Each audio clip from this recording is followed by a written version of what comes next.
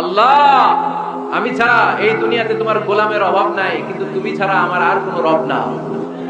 তুমি ছাড়া আমার কথা শোনার, আমার ডাকে সাড়া দেওয়ার দ্বিতীয় আমার কেউ না। তুমি মাফ করতে পারো, তুমি ক্ষমা করতে পারো, সব গুনাহ আজকে স্বীকার করো। কত ঘুষ খাইছেন, কত সুদ খাইছেন, আপনার পাপ অন্যায় যত বড় হোক না কেন, আমার আল্লাহর দয়া তার চাইতেও বড়। জায়নামাজটা বিছিয়ে দেন, সিজদায় পড়ে চোখের পানি ছেড়ে দেন। চোখের পানির চাইতে বড় শক্তিশালী কোনো বিষয় পৃথিবীতে নাই। জোরে বলেন ঠিক কিনা? 2 ফোঁটা পানি আল্লাহর কাছে সবচাইতে প্রিয়। এক হচ্ছে জিহাদের ময়দানে শহীদের গা বেয়ে ঝরে পড়া রক্তের ফোঁটা, আর 2 হচ্ছে অনুতপ্ত বান্দার চোখের পানির ফোঁটা। এই চোখের পানির ফোঁটার এত দাম, অনুতপ্ত বান্দা যখন অনুতপ্ত হয়ে কাঁদে, তার চোখের পানি চোখ বেয়ে নাকের ডগা বেয়ে জমিনে পড়ার আগেই ওই বান্দার সব গুনাহ আল্লাহ মাফ করে দেয়। এজন্য আল্লাহর নবী বলতেন, কুল্লুকুম খাত্তাউন ওয়া খায়রুল খাত্তাইনা আত-তাওয়াবুন। তোমরা সবাই হলা পাপী, আর এই পাপীদের মধ্যে সবচাইতে ভালো পাপী ওই পাপী যেই পাপী পাপ করার পরে তওবা করে। আমরা পাপ করি নাই, অন্যায় করি নাই, কোনো গুনাহ করি নাই, এরকম কে কে আছে? হাত তুলি তো। পাপ হয় নাই কার কার দেখি? এরকম কোন আল্লাহর ওলি আছে এখানে? আছে? আছে। আমরা কি শুধু পাপী না পাপীর ঘরের পাপী? হ্যাঁ, পাপীর ঘরের পাপী। আমি পাপী, আমার বাবা পাপী, আমার দাদা পাপী, আমার 14 গোষ্ঠী পাপী। আমরা পাপীর ঘরের পাপী। চিল্লায় বলেন ঠিক কিনা? এজন্য বিশ্বনবী যখন দোয়া করতেন, পড়তেন, আল্লাহুম্মা ইন্নী আবদুক ওয়া ইবনু আবদিক ওয়া ইবনু আমাতিক নাসিয়াতি বিয়াদিক। ও আল্লাহ, আমি আপনার গোলাম, গোলামের ঘরের গোলাম, বান্দির ঘরের গোলাম। আমার মাথার চুলের ছুটি আপনার হাতের মুঠোয়। আপনি টানে টান দিলে আমি ডানে যাই, আবার বাম দিকে টান দিলে আমি বায়ে যাই। ঠিক কিনা? পাপ নাই এরকম কেউ নাই। সবাই আমরা ভুল করেছি, অন্যায় করেছি, পাপ করেছি।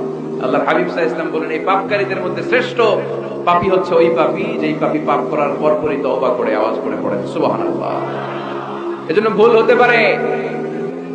লক্ষ্মীপুরের যুবক ভাইরা, নামাজ ছেড়ে দিয়েছো, আব্বা আম্মারে গালি দিয়েছো, পর্নোগ্রাফি, নেকেড ভিডিও দেখেছো, তোমার পাপ, তোমার ভুল, তোমার অন্যায় যত বড়ই হোক না কেন, আল্লাহর দয়া তার চাইতেও বড়। ঠিক কিনা? আবার সুনান ইবনে মাজার বর্ণনায় আল্লাহর হাবিব বললেন, আত-তাইবু মিনাজ যামবি কামান লা যামবা লাহু। কোন ব্যক্তি যখন একনিষ্ঠভাবে আল্লাহর কাছে ফিরে আসে, তওবা করে, তার অবস্থা তেমন হয়ে যায় একজন নবজাতক সন্তান মায়ের পেট থেকে বেরোলে যেমনি বাচ্চার আমলনামায় গুনাহ থাকে না, তওবার মতন তওবা করলে তওবাকারীর আমলনামায়ও কোনো গুনাহ থাকে না।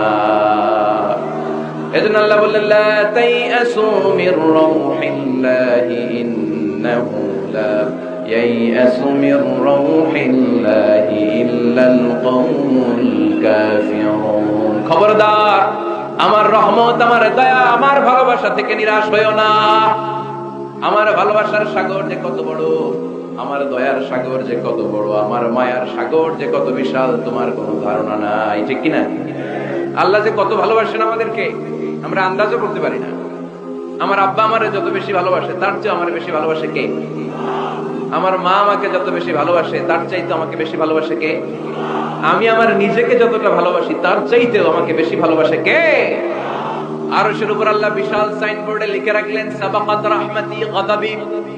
এর মানে হলো আমি আল্লাহর রাগ আছে, আবার আমি আল্লাহর দয়াও আছে, কিন্তু আমি আল্লাহর রাগের চাইতে দয়া বেশি। আল্লাহর রাগ আছে না নাই? দয়া কিন্তু বেশি কোনটা?